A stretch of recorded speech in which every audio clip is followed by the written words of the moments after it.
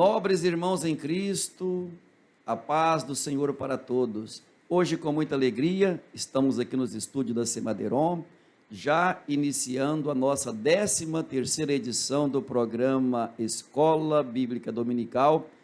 Lembrando que este programa, ele é promovido pela Semadeiron, que é a Convenção dos Ministros da Assembleia de Deus no estado de Rondônia, e também em parceria aqui com toda essa equipe abençoada da Semadeiron.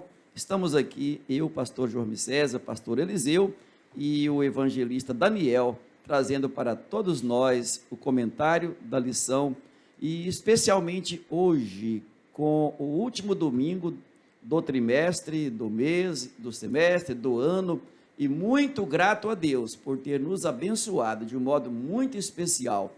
E quero compartilhar com todos os nossos internautas que a lição deste trimestre foi de grande valia para todos nós. As nossas igrejas aprenderam muitíssimo com o exemplo do apóstolo Paulo.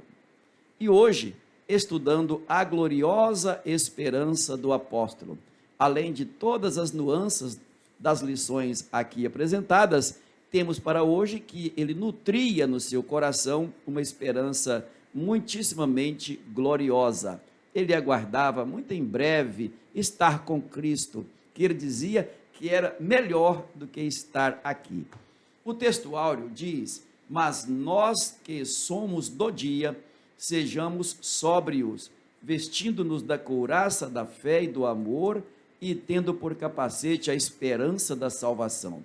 Em sede de verdade prática, ele diz: a esperança gloriosa da volta de Jesus traz sobriedade para as nossas vidas e a disposição para exercer a fé, o amor e a esperança. Coisa maravilhosa. Pastor Eliseu nos trazendo a leitura em classe. A paz do Senhor, meus irmãos. Nós vamos então para a nossa leitura bíblica em classe. Ela está registrada na segunda carta do apóstolo Paulo a Timóteo, no capítulo de número 4, do versículo 6 ao 8, e também na primeira carta que ele escreveu aos irmãos de Tessalônica, aos Tessalonicenses, capítulo 5, versículo 1 ao 11. Diz-nos assim o texto da palavra de Deus: porque eu já estou sendo oferecido por aspersão de sacrifício, e o tempo da minha partida está próximo. Combati o bom combate, acabei a carreira, guardei a fé. Desde agora, a coroa da justiça me está guardada, a qual o Senhor, justo juiz, me dará naquele dia, e não somente a mim, mas também a todos os que amarem a sua vinda. 1 aos Tessalonicenses, capítulo 5, versículo 1 ao 11 diz: mas irmãos, acerca dos tempos e das estações, não necessitais de que se vos escreva, porque vós mesmos sabeis muito bem que o dia do Senhor virá como ladrão de noite. Pois que, quando disserem a paz e segurança, então lhe sobrevirá repentina destruição, como as dores de parto àquela que está grávida, e de modo nenhum escaparão. Mas vós, irmãos, já não estáis em trevas, para que aquele dia vos surpreenda como um ladrão. Porque todos vós sois filhos da luz e filhos do dia. Nós não somos da noite, nem das trevas. Não durmamos, pois, como os demais, mas vigiemos e sejamos sóbrios. Porque os que dormem, dormem de noite, e os que se embebedam, embebedam-se de noite. Mas nós, que somos do dia, sejamos sóbrios, vestindo-nos da couraça da fé e do amor, e tendo por capacete a esperança da salvação. Porque Deus não nos destinou para a ira, mas para a aquisição da salvação por nosso Senhor Jesus Cristo, que morreu por nós, para que, quer vigiemos, quer durmamos, vivamos juntamente com ele. Pelo que, exortai-vos uns aos outros, edificai-vos uns aos outros, como também o fazeis. Amém. Procuraremos, durante a ministração desta aula, enfatizar a gloriosa esperança dos cristãos. Todos nós, cristãos, temos uma esperança que é muito gloriosa, a saber, da volta do Senhor Jesus Cristo e, com certeza, o ir morar com Ele lá na pátria celestial. E durante essa ministração, ressaltaremos a consciência de Paulo diante da morte, apresentaremos a doutrina bíblica de Paulo sobre a volta do Senhor e exporemos sobre os tempos e as estações até a volta do Senhor Jesus Cristo. E espero que com esse entendimento estejamos a clarear para todos os professores e alunos da Escola Bíblica Dominical deste estado, que é o foco principal desta aula, mas se estendendo a todos quantos dela acesso tiverem, que sejam grandemente abençoados por Deus. Então eu já quero convidar o nosso evangelista Daniel para que ele proceda então à apresentação do primeiro ponto da nossa lição. Meus queridos, prezados irmãos que nos acompanham nesta oportunidade, cumprimento-vos com a paz do Senhor Jesus Cristo. Somos agradecidos a Deus por chegarmos ao final de mais um trimestre, como já foi ratificado aqui pelo pastor Jormi César. E até aqui o Senhor tem nos ajudado. Foram 12 preciosas lições, somadas a de hoje, 13 lições. E hoje nós vamos falar justamente sobre a gloriosa esperança do apóstolo, que é uma sequência da lição que nós estudamos no domingo anterior, quando nós falamos a respeito da coragem do apóstolo Paulo diante da morte.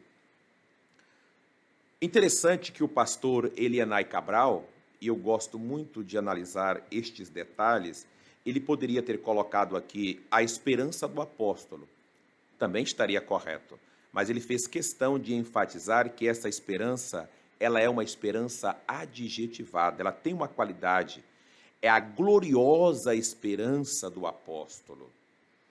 Ou seja, uma gloriosa expectativa que o apóstolo Paulo tinha, uma gloriosa expectação do apóstolo. Ele tinha certeza do que ele iria receber, com a coroa de glória, a recompensa por todas as agruras as quais ele passou aqui nesta terra.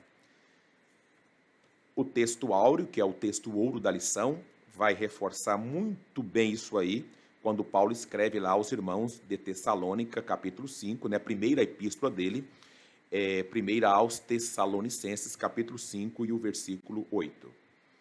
Meus queridos, como eu já disse, chegamos ao final deste quarto trimestre de 2021.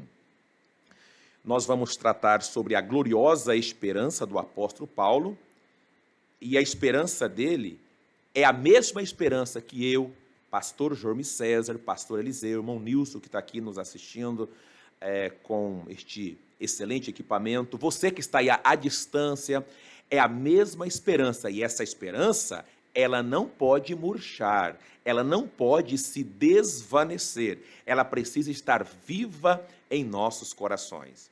Como dissemos na aula anterior, até fiz menção aqui do pastor Antônio Gilberto, né, saudoso pastor Antônio, ele dizia que a morte era um trampolim para alcançar a vida eterna. E o apóstolo Paulo, ele cultivava diariamente essa esperança. E o desejo dele era qual? Era estar com Cristo. Mas esse é o nosso desejo aqui também nesta terra. Propagar o evangelho e alcançar o maior número de pessoas, e essas pessoas, elas precisam também estarem enfileiradas juntamente conosco, e assim um dia estaremos com o Senhor.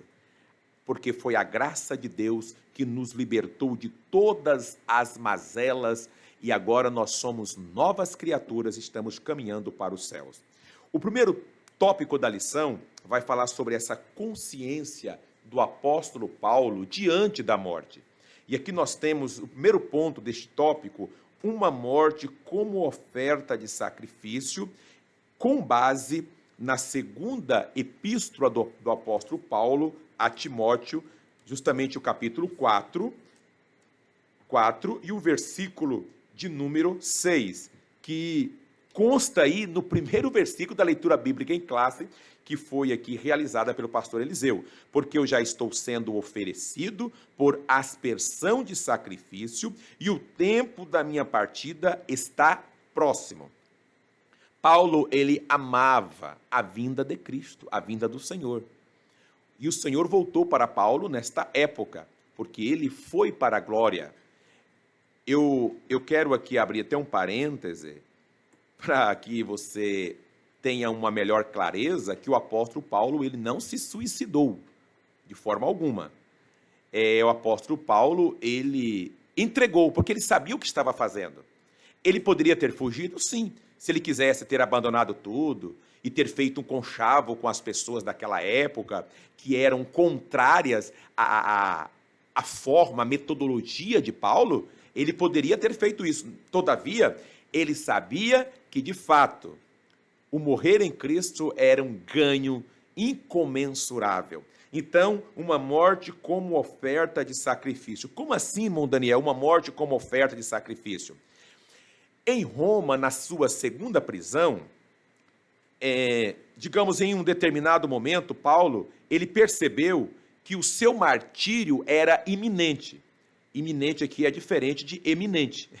Eminente é algo suntuoso, algo elevado. Então, iminente aqui é aquilo que é próximo. Ou seja, Paulo sabia que a sua partida para estar com Cristo na glória seria em breve. Estava ali batendo as portas, como uma oferta, eu diria, apresentada aqui sobre o altar do sacrifício. Porque o apóstolo Paulo, caro ouvinte, ele sabia que ia morrer. E eu até acredito que não era Roma que tiraria a sua vida. Era o próprio apóstolo que entregaria a sua vida. Entregaria de uma forma de aspersão ali, como sacrifício mesmo, literalmente. Hoje nós vamos ao culto, não há necessidade de levar ali puxando uma cordinha, um bode, um cabrito, enfim, ou quaisquer outros animais, porque o nosso culto precisa ser um sacrifício vivo da nossa alma, uma entrega do nosso corpo. Aqui Paulo, ele entregou-se literalmente. Paulo, ele se entregou, não foi Roma que tirou a sua vida, não foi o carrasco Nero, não, absolutamente. Ele sabia exatamente o que estava fazendo. Então, quando aqui nesse tópico fala uma morte como oferta de sacrifício, você deve reportar muito bem aí ao termo libação, e libação era uma oferta líquida. Lembram lá quando a gente lê o Antigo Testamento, principalmente ali o Pentateuco, né? O livro Gênesis, Êxodo, Levítico, o pastor Eliseu vai falar muito bem sobre isso, né? O livro de Levítico. Essa libação era despejar o vinho sobre um altar como um sacrifício a Deus. Nós temos também no livro do Gênesis, o primeiro livro da Bíblia, capítulo 35, vai falar sobre isso, versículo 14. Êxodo 29, 41 também traz-nos a memória. Então, imagina, sua fragrância a Deus. Essa fragrância, ela era considerável, agradável a Deus. E Paulo, ele segue esse mesmo itinerário, esse mesmo caminho. Então, Paulo, ele via a sua vida como uma oferta a Deus.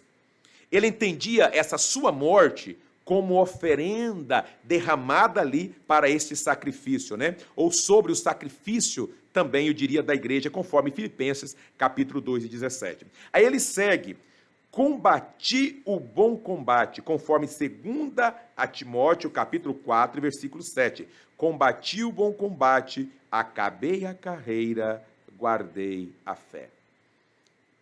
Eu diria que aqui cabe muito bem uma das figuras de linguagem, o eufemismo, né, que nós utilizamos para abrandar um termo, quando nós não queremos que aquela fala cause tanto impacto nas pessoas. É como se Paulo dissesse: olha, chegou a minha hora, eu vou morrer.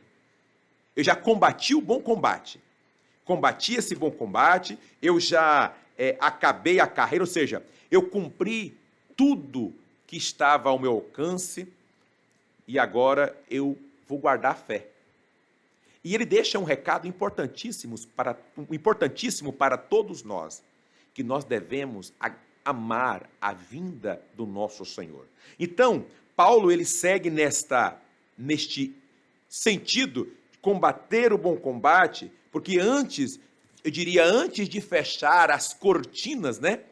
Uma forma aqui bastante metafórica, antes de fechar as cortinas da sua vida, Paulo ele nos deixa tão claro, ele esboça com tanta clareza a respeito do seu passado, a respeito do seu presente e a respeito do seu futuro. Isso está bem contido neste versículo de 2 Timóteo 4:7. Combati o bom combate. Ou seja, olha, eu propaguei o evangelho, eu me doei para Cristo, eu sabia de fato o que estava fazendo, porque eu sei que esta vida aqui é momentânea. O que me aguarda, a glória que me aguarda, não se compara com, eu diria, com tudo aquilo que é mais belo aqui nesta terra. Então ele fala, combati o bom combate, eu cumpri, eu plantei igrejas, eu aconselhei, eu fiz uma reunião de obreiro com os meus filhos na fé, eu me refiro a Timóteo, eu me refiro a Tito, enfim, a tantos outros mais, e eu passei esse legado para eles. Aí ele continua, acabei, nesse momento, acabou. Todavia, a propagação da palavra de Deus, ela continuará. Era isso que Paulo estava dizendo. Ele faz essa retrospectiva do passado, ele se encontra nesse presente e também vislumbra o futuro que está à sua frente. Então, Paulo, ele olhou para o passado com gratidão. Como nós precisamos ser gratos? Sermos gratos aqui nesta terra.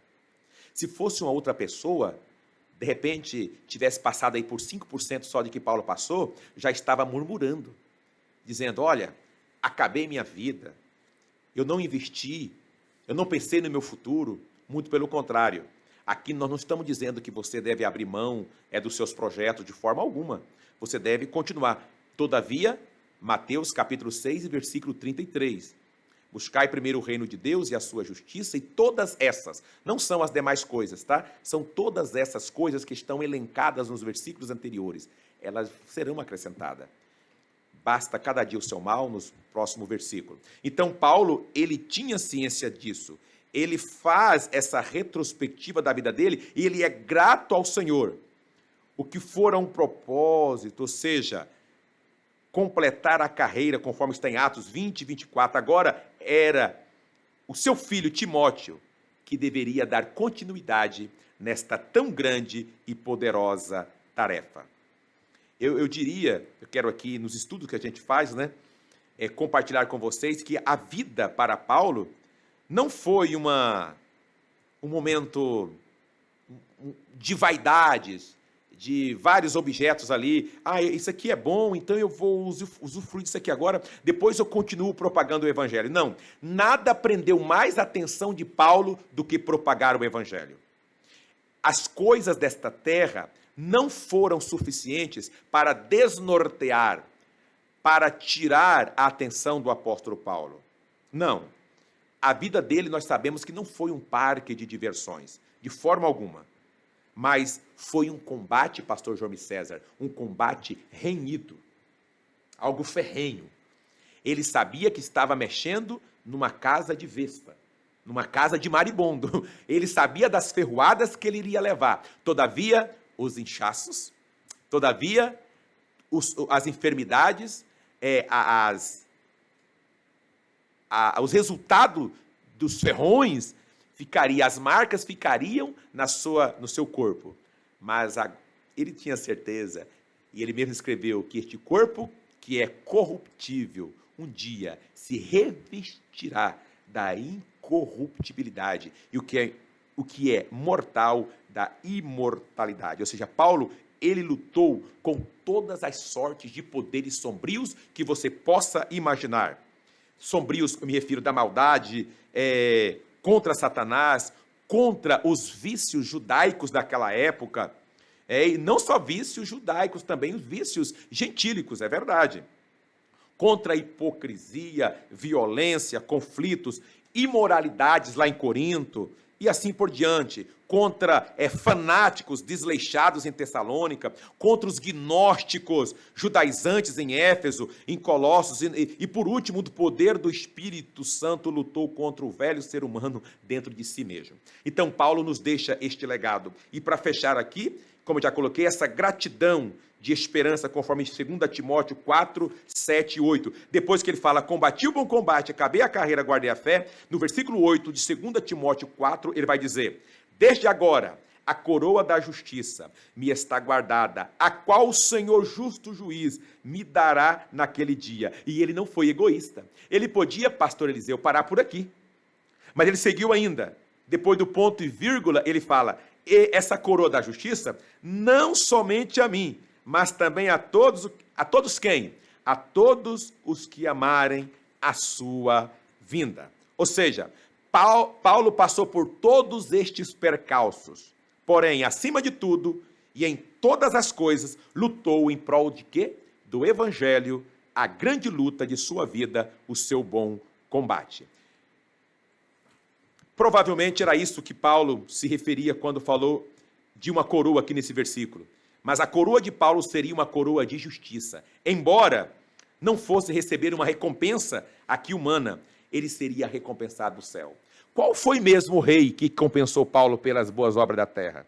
Quais foram os companheiros que chegaram lá e ajudaram Paulo, pastor João César, na sua, olha, você vai merecer aqui uma placa de honra ao mérito por tudo que você fez. Muito pelo contrário. As pessoas que seriam capazes de ajudá-lo foram aquelas pessoas que invertiam o que Paulo dizia e falava mal dele. Tanto é que se o Cláudio Lísias, não tivesse chegado naquele momento, Paulo teria sido esfolado vivo. Ele estava sendo maltratado e linchado nas ruas. Todavia, aquele corpo não existe mais. O corpo glorioso é o mesmo que está aguardando-nos lá nos céus. E nós vamos para o céu, não é só porque ele é glorioso, não. É porque Jesus está lá. Deus abençoe. Muito obrigado por este grande comentário e valeria até uma pergunta para que manda ver. Pudesse vir maiores esclarecimentos de um vasto conhecimento assim, sobre a aplicabilidade prática do combate de Paulo, como que a igreja pode também, como que o crente pode também combater esse bom combate, isso aplicado aos nossos dias. Exatamente. Hoje, talvez você não vai encontrar aí um judaizante como daquela época. De repente, você vai encontrar um rei, um Nero. Só que as atitudes são as mesmas. A igreja do Senhor, ela continua militando nessa terra.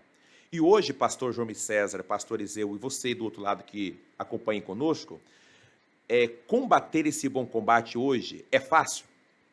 Não, mas é possível. Quando nós deparamos com leis, principalmente leis que vêm de encontro a nós, e estas leis, elas querem nos calar, elas querem chamar aquilo de certo de errado e querem chamar o errado de certo, essa é uma luta ferrenha que nós estamos vivenciando hoje. Eu nem estou me referindo às enfermidades aí, a Covid-19 ou o coronavírus, não. Isso aí, no mundo tereis aflições, se você estiver com Cristo. Agora, o que mais nos afronta são as pessoas hoje querendo alterar o curso que Cristo determinou, no sentido de querer colocar a goela abaixo de nós, algo que eles dizem que não, a Bíblia é retrógrada, ela é passada, isso aqui deve ser mudado. Muito pelo contrário. Jesus Cristo é o mesmo ontem, hoje e eternamente. Tudo passa, mas Cristo não. Então, combater o bom combate é você seguir avante de acordo com o que está exarado nas Sagradas Escrituras. Você vai até um limite, mas quando as leis começam a ferir, aí você vai para o combate. E o combate é ferrenho. Há uma pertinência muito grande entre esse combate que o crente deve travar, como o apóstolo Paulo travou esse combate e foi até o fim, ele mesmo declara que combatia o bom combate, e que ele até acabou a carreira, ou seja, finalizou. Não é que ele deu término a ela, é que foi até o fim. Paulo foi até o fim. Durante todo o tempo que ele teve que combater, ele combateu. Então, como que nós poderíamos entender, como que Paulo via, a mente de Paulo, como via esse seu martírio? O martírio ele via como uma glorificação, como uma certificação de todo o trabalho que ele prestou aqui nesta terra. Chegou o momento de ser coroado e você pode estar me perguntando, mas irmão Daniel, que tragédia? Não. Tragédia é quando a pessoa faz tudo aqui na terra pensando que está caminhando bem e perde a sua alma e vai morrer, e não vai morrer não, vai viver eternamente onde o bicho não apaga, onde o fogo não apaga, e o bicho, melhor dizendo, onde o fogo não apaga e o bicho nunca morre. Então, veja bem, onde só há ranger de dentes. Então, como é que Paulo via isso? Como uma glorificação. Quais são os passos da salvação? Primeiro o quê? Regeneração. Depois, eu aceitei a Cristo naquele momento, o que acontece na minha vida? Acontece a santificação. Paulo já havia sido regenerado, ele foi justificado, melhor dizendo, foi justificado. Em terceiro lugar, agora a santificação, hoje melhor do que ontem, amanhã melhor do que hoje. Aí faltava mais uma etapa, qual era? A glorificação. E agora Paulo alcançou essa glorificação. Está com Cristo. Para terminar a sua sabatina, porque hoje é a última escola do ano de 2021, o pastor Eliseu tem a liberdade de formular alguma pergunta ao Veja lá. evangelista Daniel sobre o primeiro ponto da nossa lição. Nós observamos no capítulo 4 aqui, quando Paulo está se despedindo e está sentindo que será coroado, é um capítulo que a gente pode observar ali quantos sofrimentos de Paulo, né?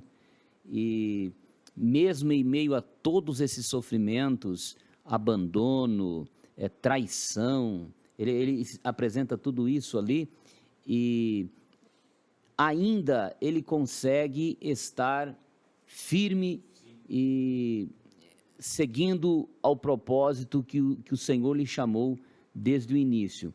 O que a gente pode observar sobre essa situação?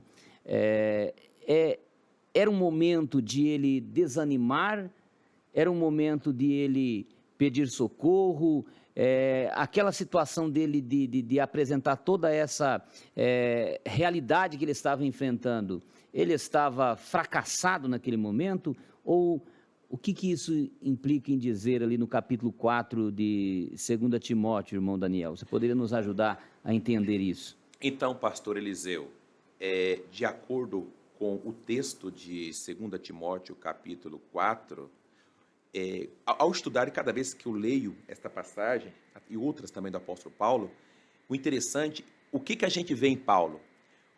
Quanto mais ele está chegando perto do finalizar da carreira, mais valente ele se encontrava. Mais valente ele se encontrava. Porque ele podia muito bem, você do outro lado, de repente, se lembra da lição passada, quando nós falamos sobre a questão ali das profecias, que na verdade as profecias não proibiram Paulo ir até Roma, não é isso, pastor Eliseu? Mas foi apenas uma advertência. A profecia era para dizer a ele, o que você vai enfrentar? Você vai enfrentar isso, você vai ser castigado, enfim. Então, cada vez que se aproximava esse momento final de Paulo aqui na terra, aí que ele tinha ciência que ia viver de verdade. Ou seja, quanto mais próximo a pessoa está de Deus, menos medo da morte ela tem. Consegue entender isso? Quanto mais vivo eu estou com Cristo, quanto mais morto para o mundo, mais vivo eu estou com Cristo e mais eu estou ansiando morar com Ele. Aleluia. Era isso que Paulo tinha, pastor Eliseu, pastor João Micés, e você que está do outro lado. Quando você encontrar essas pessoas e qualquer coisinha está com medo da morte, a gente faz um juízo de valor dessa pessoa diferente. Não é que você vai ficar doente, não vai procurar os médicos, não é isso. Mas sabe quando você chega no hospital, eu tive essa experiência, e você visita um servo, e você pergunta, irmão João, como é que você está? Você está bem? Ele fala assim, não, é o seguinte, você está bom? Ele fala assim, ele disse, eu não estou bom, mas eu estou bem. Eu não estou bom, porque bom é um estágio da vida aqui na Terra, é um momento, são flashes, mas estar bem vai ao contrário do que o dicionário prega sobre paz. Paz, no dicionário, é ausência de guerra. Quem está em Cristo, como Paulo, mesmo o mundo guerreando contra ele, fluía do seu coração a paz, porque ele sabia em quem estava crendo. Deus abençoe. Muito obrigado por esse ensinamento maravilhoso e por esses esclarecimentos adicionais, que eu tenho certeza que vem contribuindo grandissimamente para o nosso aprendizado e para todos aqueles que amam a escola dominical. Vamos agora então ao comentário do segundo ponto com o pastor e mestre Eliseu Oliveira. O nosso segundo ponto, ele trata da doutrina bíblica de Paulo sobre a volta do Senhor Jesus Cristo. Então, Paulo encerra o capítulo de número 4 da segunda carta, ou melhor, da primeira carta aos Tessalonicenses, momento em que percebe que aqueles irmãos que nós já trabalhamos aqui em lições anteriores estavam animados, bem alicerçados, embora ali novos crentes, mas a fé deles estava bem fortificada. Paulo está muito contente com isso. Entretanto, eles estavam ainda meio duvidosos a respeito do arrebatamento, se Jesus voltaria e levaria os vivos, e aqueles que morreram, o que aconteceriam com eles. Então, Paulo apresenta em 1 Tessalonicenses 4, 13 a 18, dizendo que não quer que eles sejam ignorantes a respeito daqueles que morrem, como as pessoas lá do mundo que não têm esperança, mas que eles confiem em Deus, porque assim como Cristo morreu e ressuscitou, aqueles que morrem em Cristo também Deus vai ressuscitar. E explicou, o mesmo Senhor, o mesmo Cristo que nos salvou, que ressuscitou, esse mesmo Senhor, Ele mesmo voltará e ao som de trombeta com a voz do arcanjo, os mortos vão ressuscitar primeiro. E depois nós, os que estivermos vivos, seremos transformados, juntamente com os mortos ressuscitados, que foram transformados no momento da ressurreição, porque este corpo nosso, ele é importante, ele é o templo do Espírito Santo, e mesmo que ele se destrua todo, de repente morre queimado, ou desaparece no mar, não importa, ele ressuscitará. Este corpo que nós temos é este corpo mesmo que vai ressuscitar. O Senhor vai trazer ele de onde estiver, mas vai trazer transformado. Então, os vivos serão transformados juntamente com eles e subiremos para o encontro do Senhor nos ares. E assim estaremos para sempre com o Senhor. E ele diz: consolai-vos uns aos outros com estas palavras. Então, o texto bíblico agora de Tessalonicenses 5 começa com uma conjunção mas. Interessante que essa conjunção, ela sempre é adversativa, mas nesse caso aqui ela é uma aditiva. Ele quer dizer, continuando, então vamos somar aqui, então, mas a vinda de Jesus, aí ele começa a explicar como que será. Mas vós, irmãos, já não estáis em trevas, para que aquele dia vos surpreenda como um ladrão.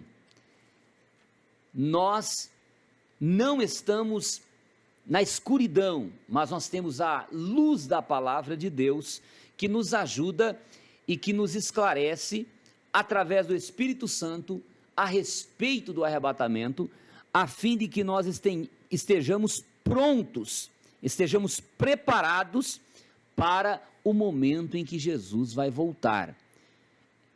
As pessoas que estão despreparadas, elas sabem.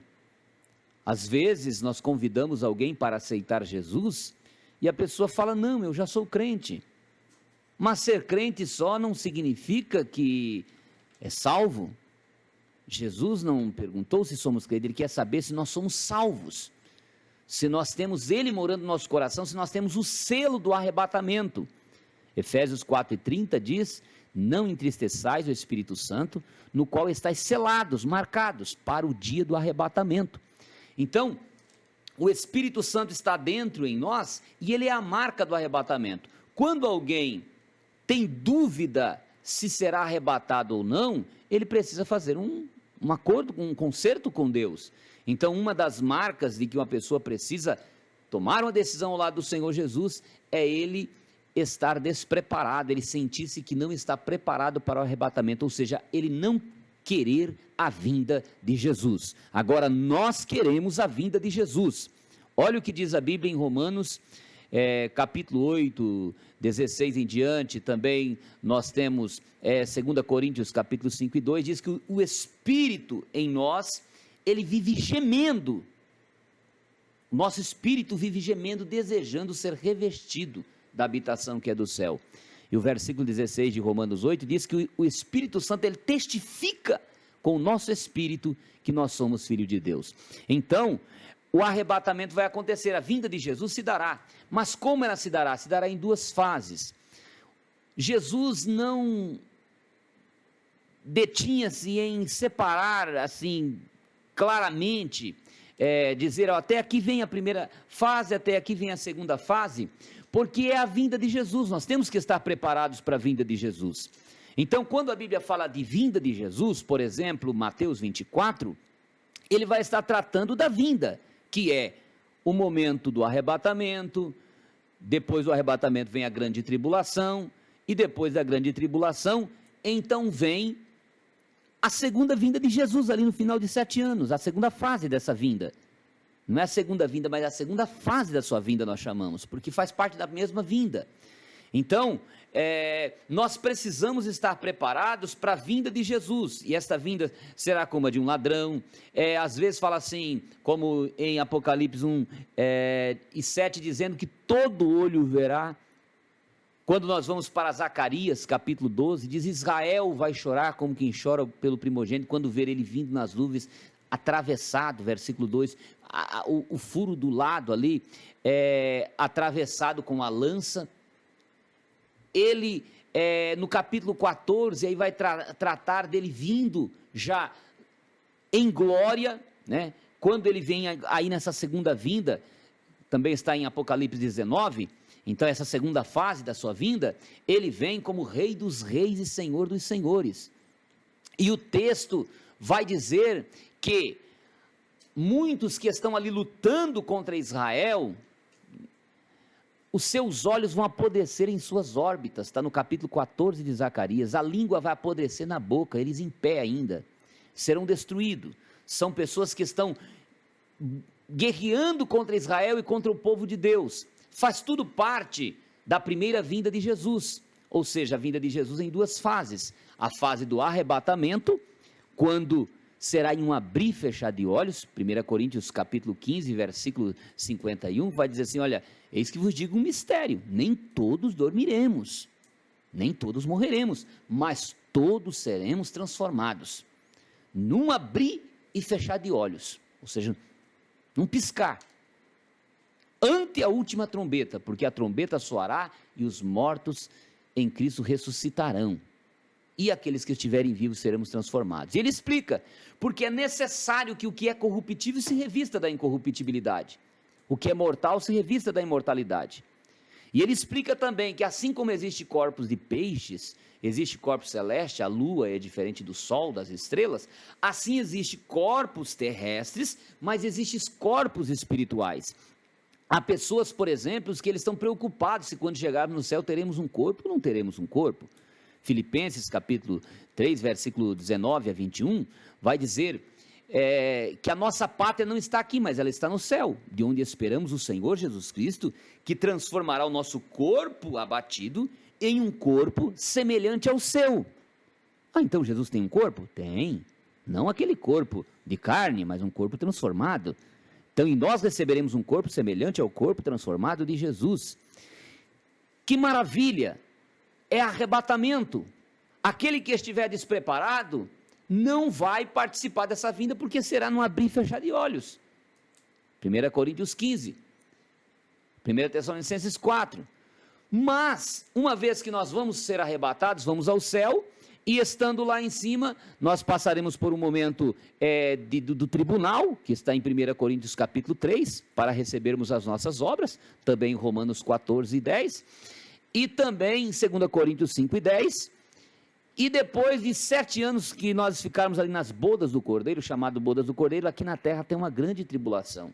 Então Jesus voltará novamente agora com a igreja. Essa é a segunda fase que completa então a vinda de Jesus. A vinda de Jesus é composta por essas duas fases. E Então, encerrando essa segunda fase, quando Jesus vai destruir os inimigos de Israel, que estão guerreando aqui no anticristo, depois de uma grande tribulação, e como falei, Zacarias 14 é impressionante, e N capítulos da Bíblia falando sobre essa vitória de Jesus final sobre os inimigos, por exemplo, Mateus 25, nos seus últimos versículos, dizendo que ele vai colocar as nações inimigas de Israel à esquerda e as nações a favor de Israel à direita, e vai dizer: a estes apartai-vos de mim, maldito, para o fogo eterno, preparado para o diabo e seus anjos, porque tive fome, não me deste de comer, tive sede, não me deste de beber, tive nu e não me vestiste, fui forasteiro, não me hospedaste, estive enfermo, não foste ver-me, estive doente, não foste me visitar. E para os que estiverem à direita vai dizer para as nações: vinde, benditos do meu Pai, nações que vão entrar para o milênio.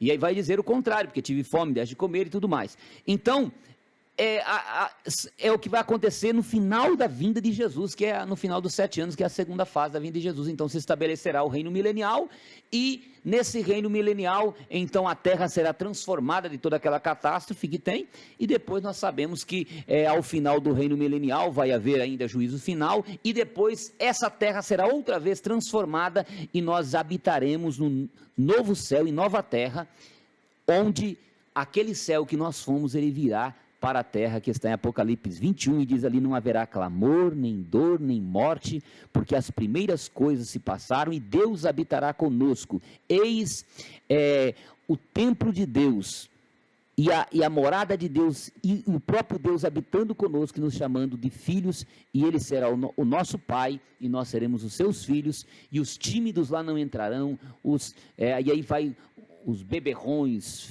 feiticeiros, e aí cita um monte de tipos de pecados que praticam-se, pessoas que aderem a esses pecados e que não poderão entrar nesta cidade preciosa.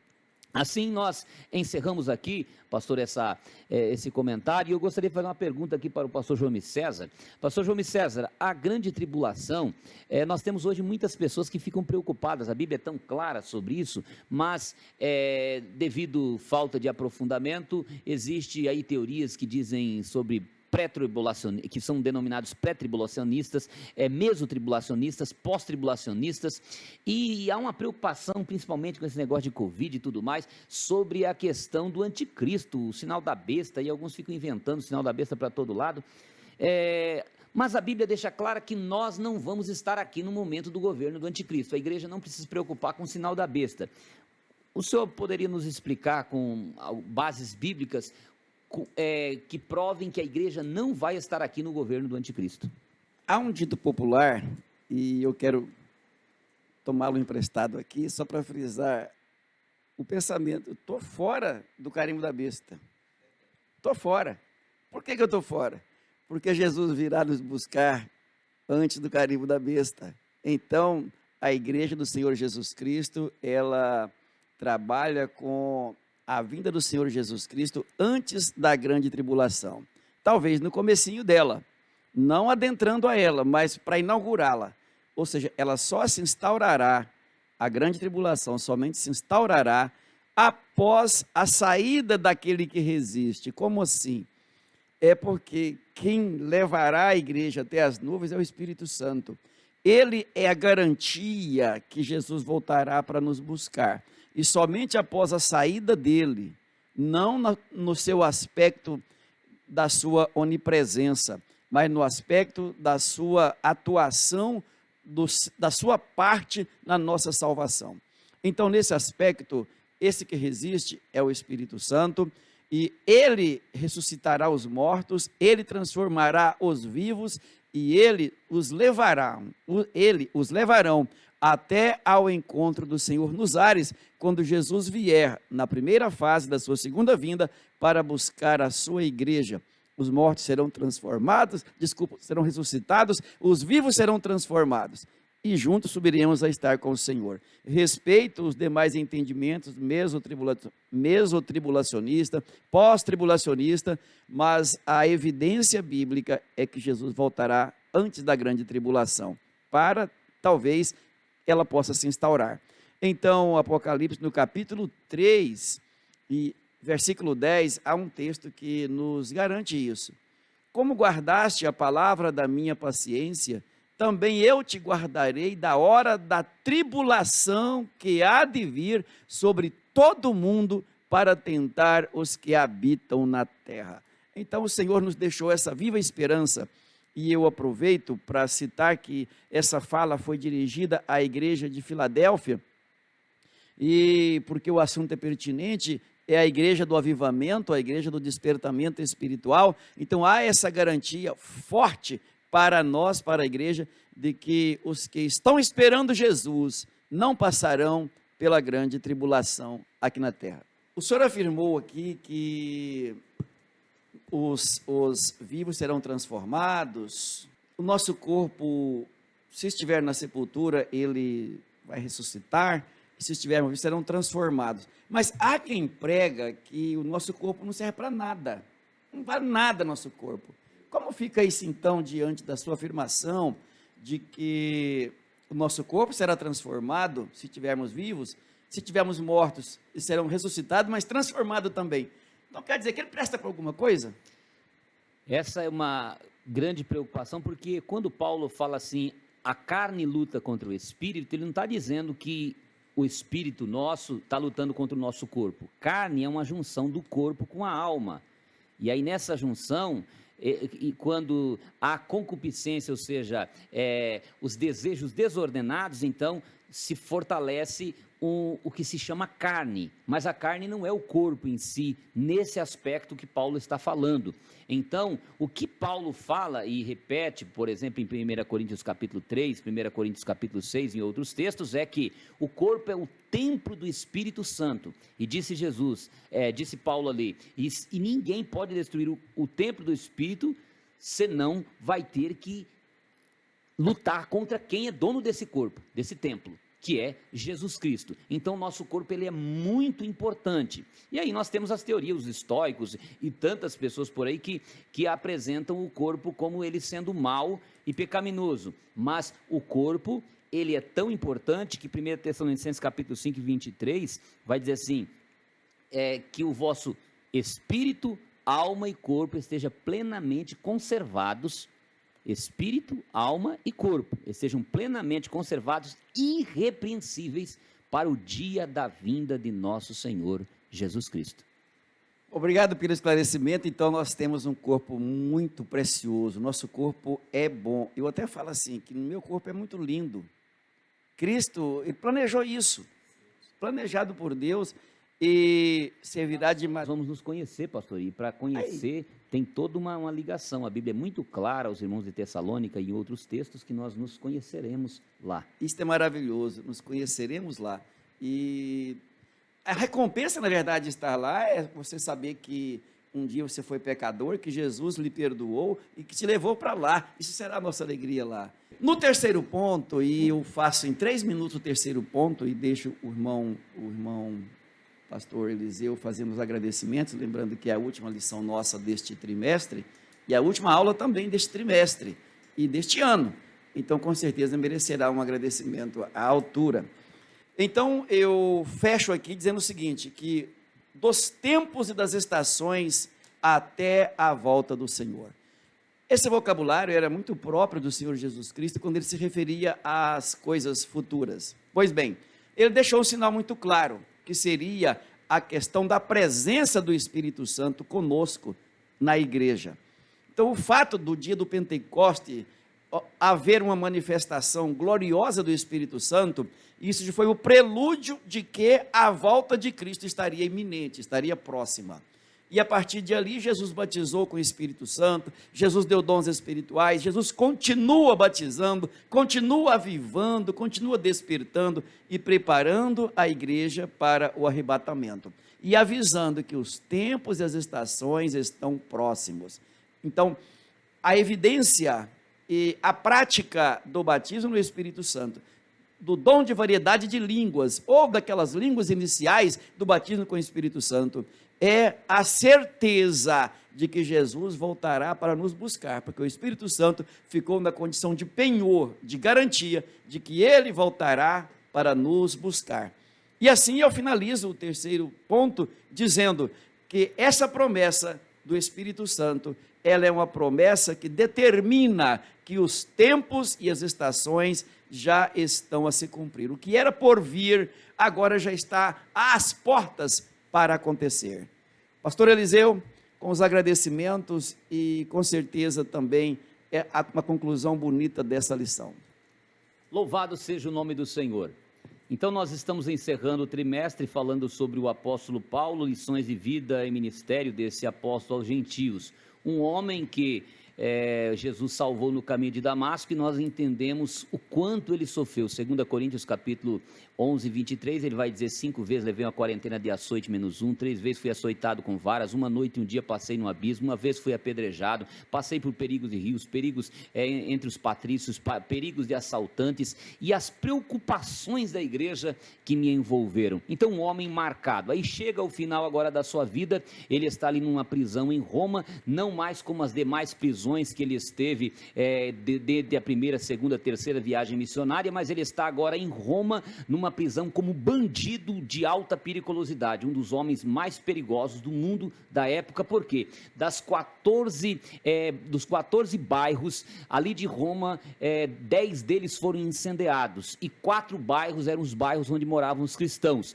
Nero então coloca a culpa sobre os cristãos, e Paulo era o chefe de todos os cristãos do mundo. Então Paulo até reclama que na sua audiência ninguém estava ali com ele para defender, porque as pessoas muito se acovardaram, realmente os crentes da época, porque a perseguição era tão forte que eles deixaram Paulo sozinho, e ele sente esse peso, sente o frio da prisão, um lugar de leprosos. Capítulo 4 retrata ali esse cúmulo de sofrimento, e ele fala até envia uma mensagem dizendo: Timóteo, manda a capa para mim por causa do inverno, a situação não estava boa, diz ele, Demas me abandonou. Ele vai falando de traição, de tantas coisas, mas ele apresenta o que foi apresentado aqui nessa lição: eu combati o bom combate, Timóteo, isso você fique sabendo, acabei a carreira, estou soltando as cordas.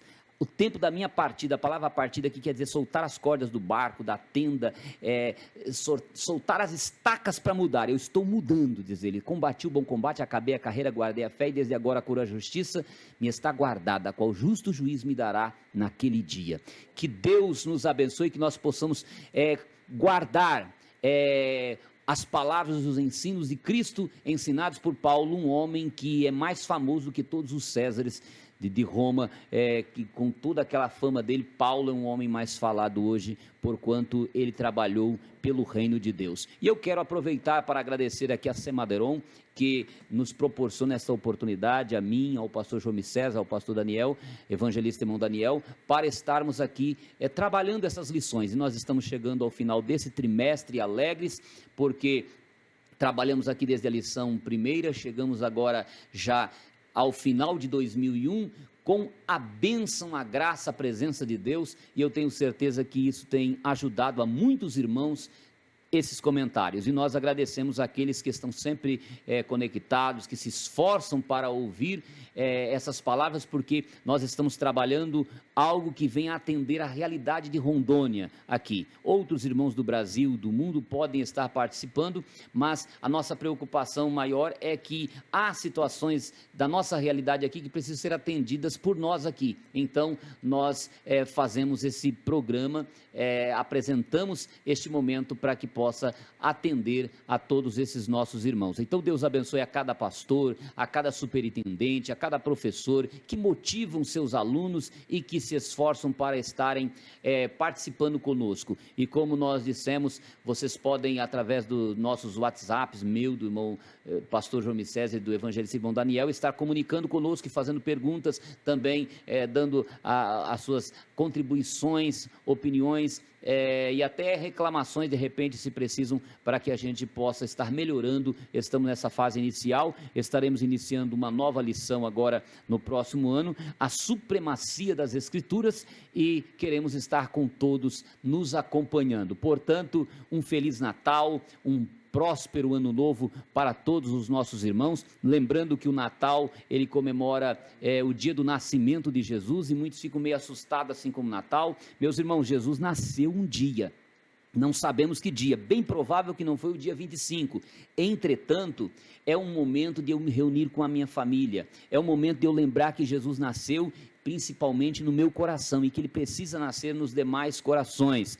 Então, não é um bom testemunho eu, de repente, achar que porque Jesus talvez não tenha nascido, bem provável que não nasceu no dia 25, não vou comemorar. É ignorância. Jesus nasceu e o nascimento de Jesus mudou a história. Então, aproveite para estar com a sua família, tenha sim um Feliz Natal. Não somos concordes com o comércio, com tudo aquilo que eles fazem em torno disto, que se diz respeito a dinheiro e outras coisas, mas quanto ao nascimento de Jesus, que nasceu no nosso coração, quanto à união com a nossa família, essa comemoração de estar aproveitando para nos alegrar, porque Jesus um dia veio a este mundo para mudar a nossa história, é o momento oportuno. Portanto, Deus abençoe a sua vida, no nome do Senhor Jesus Cristo, e que nós tenhamos um ano cheio de graça e de paz na presença do Senhor Jesus. Meu Deus, louvo ao Senhor pelo privilégio aqui da companhia do pastor João César, pastor Eliseu, nosso companheiro evangelista Nilson, e cada obreiro, cada pastor, cada professor, cada superintendente, aluno da escola dominical, que durante estas lições tiveram o privilégio, a alegria de poder extrair algo e transmitir e somar no momento da ministração da escola dominical. Muito obrigado, meu Deus, ser com cada um daqueles que estão, mesmo à distância, mas comprometidos com a palavra do Senhor. E que o ano que vem, o próximo 2022, possa ser um ano de bênçãos e que a presença do Senhor seja manifesta cada vez mais em nossas vidas, dando-nos sabedoria e entendimento para continuarmos a propagar o Evangelho, a tua santa palavra. É o nosso pedido hoje e sempre, em nome de Jesus. Amém. Amém.